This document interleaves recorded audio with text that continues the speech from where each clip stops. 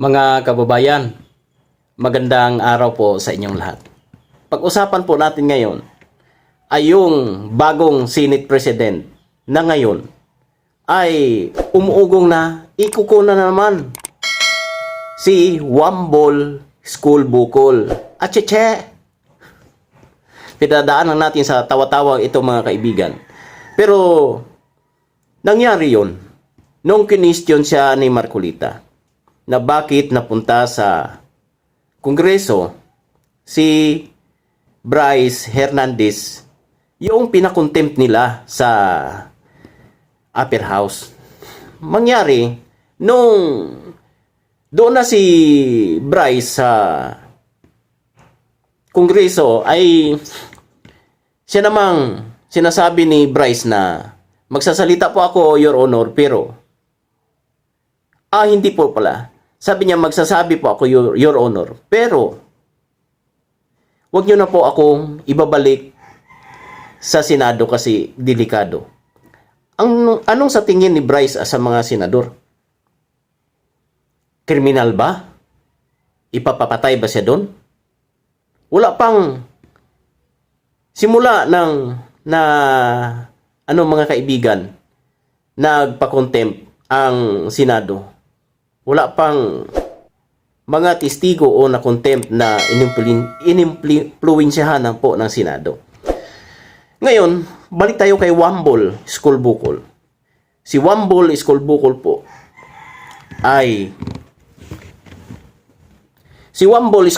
po di umano ay nadidiktahan po ni Martin Romualdez. Dahil sa noong nasa kustodiya na po ng Senado si Bryce Hernandez, ay tinawagan daw po siya di umano ni Tito Soto na hiramin ang nasabing notorious engineer. Kaya nga lang po, ang sistema ni Tito Soto, dahil sa siya na ang Senate President ng majority, wala na po siyang ginawang konsultasyon mga kaibigan. Kundi ang ginawa niya, pinadala niya na kaagad si Bryce.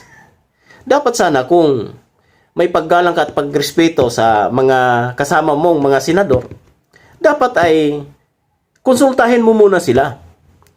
Iipunin mo, magpapatawag ka ng sesyon para sesyonan nyo kung dapat ba na i-turn over. Dahil legal po ang pagkakakustody kay Bryce Hernandez sa Senado. Ngayon, depende na po yan sa body.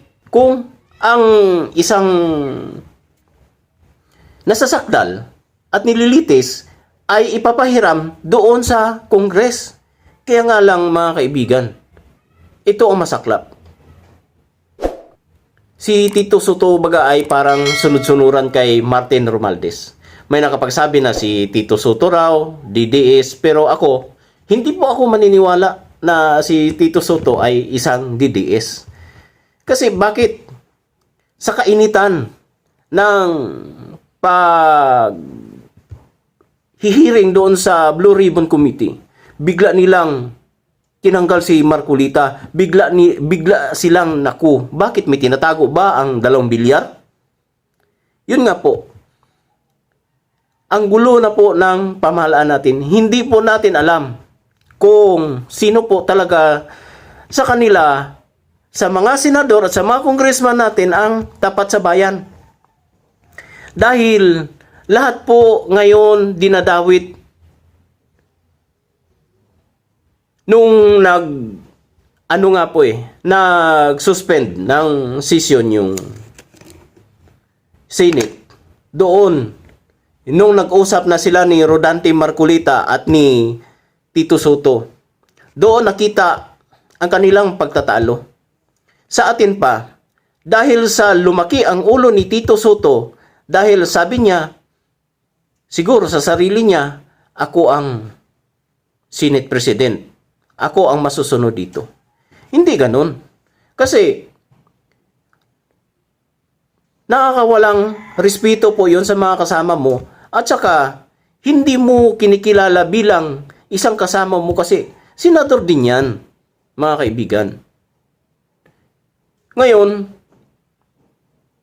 itong iimbestiga ngayon ng Blue Ribbon Committee sa panibagong chairperson ng Blue Ribbon na si Ping Lacson, aantabayan na natin. Baka mamaya ka mo, doon na po yan, pababa na po yan sa 2016, kung saan si Pangulong Duterte na ang nag-a-administrar ng Pilipinas. Pababa yan hanggang doon mapokus ang isyo at mawawala na ang isyo kung saan dito lumaganap ang napakalaking nakawan nitong taon 2022 hanggang 2025. Mantakin mo, trilyong piso ang nawawala sa gobyerno at napupunta. May ilan man na mga project ang mga natapos dito sa bayan natin. Pero, puro substandard. Yun ang masaklap, mga kaibigan, na walang pinapatunguhan ang mga pera na binubuwis ng mga profesional at ang mga manggagawa, kundi doon po sa malalalim na bulsa ng mga kawatang politiko. Kaya nga po, hindi lang dito sa Pilipinas nagkakagulo. Di ba sa Indonesia, ang tindi ng kaguluhan din dahil sa nakawan? Hintayin pa ba natin na lumabas ang sangkatauhan? Yung mamayan hirap na, samantalang yung mga leader at mga nanunungkulan sa mataas na posisyon dito sa bansa natin ay siyang umuunlad naman ang kabuhayan. At talagang hindi lang pag-unlad, dahil matindi po ang kayamanan. At hindi lang milyon, bilyon po ang kilang kinikita.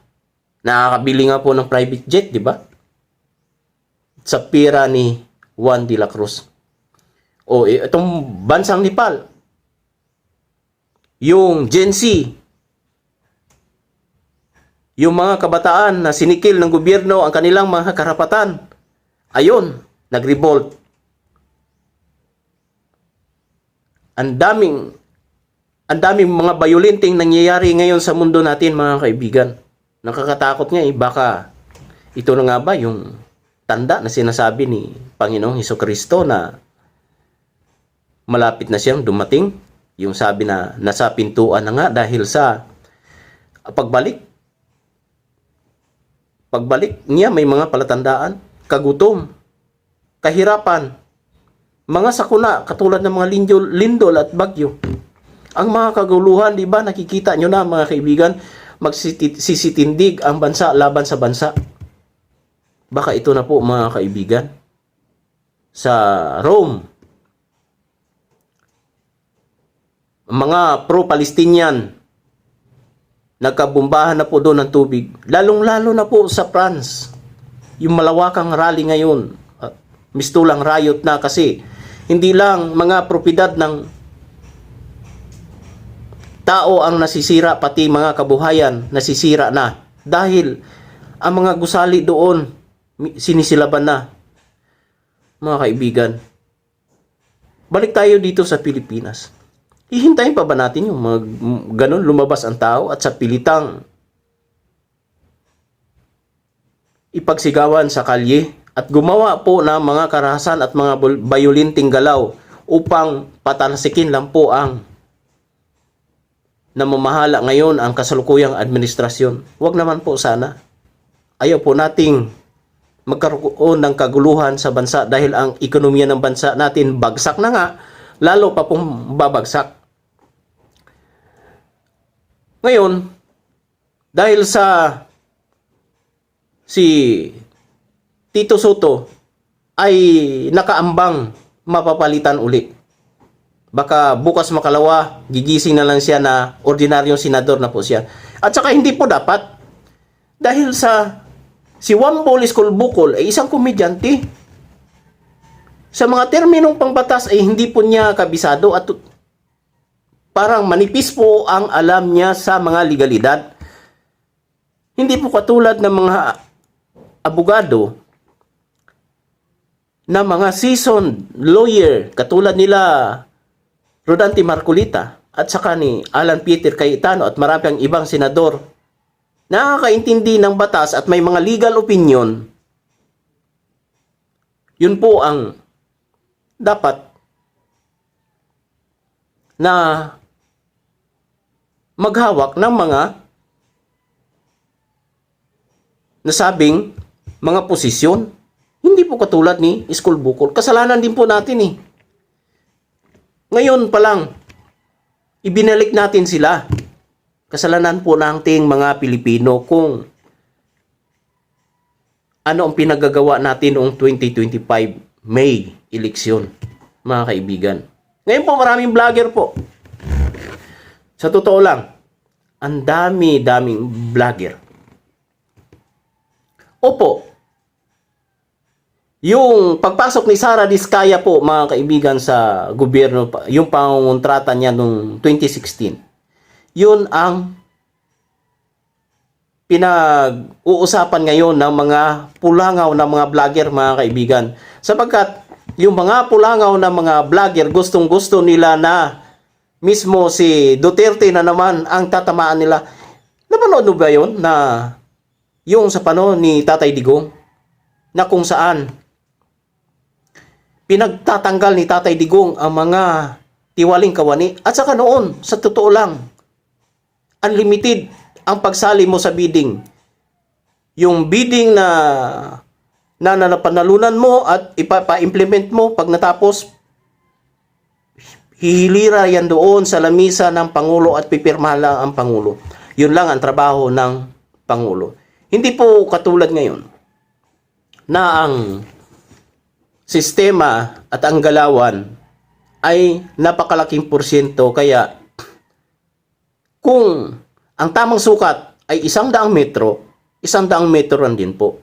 Pero ang bakal doon inadjust at ang pagtimpla ng semento, kasi imbis na ang bakal number 16, number 8 na lang po ang inilalagay. Kaya apektado po talaga ang project ng gobyerno. Balik po tayo kay Tito Soto. Atat na atat si Tito Soto, at dahil sa husay at galing ni Senador Rodante Marcolita, dahil ang sabi siguro sa sarili sa isip-isip ni Tito Soto na ako, seasoned senator, parang nauungusan ako nito, kaya gagawan ko ito ng paraan. Ayon, palagi siyang barado kay Senator Rodante Marcolita hinggil sa mga usapin, lalong-lalo na pagdating sa batas. Hindi siya makapurma, parati siyang barado. Kung baga, wala siyang lulusutan. Sana palitan na si Wambol, Iskul Bukol, mga kaibigan, dahil lalong tatagilid ang Senado kapag siya ang namuno. Sa katunayan po, ang mga bumuto kay Tito Soto, karamihan po, except kay Jinggoy Estrada at kay Jinggoy Estrada na mga kasamahan, ay ang mga kasamahan po ni Vance doon sa 2022 National Election Campaign, mga kaibigan. Kaya ngayon, sana sa pagdating ng panahon, matutukan ng husto itong iskandalo na pinakamalaking anomalya, pinakamalaking sindikato sa buong kasaysayan ng Pilipinas. Ang sabi ni Toby Chanko, ang gobyernong ito ay isang sindikato. Kung bago ka lamang po sa aking channel at hindi ka pa po nakapag-subscribe, nakikiusap po ako na sana i-subscribe mo po. Nang sa ganun, makatulong po tayo sa mga senior citizen. Maraming salamat po.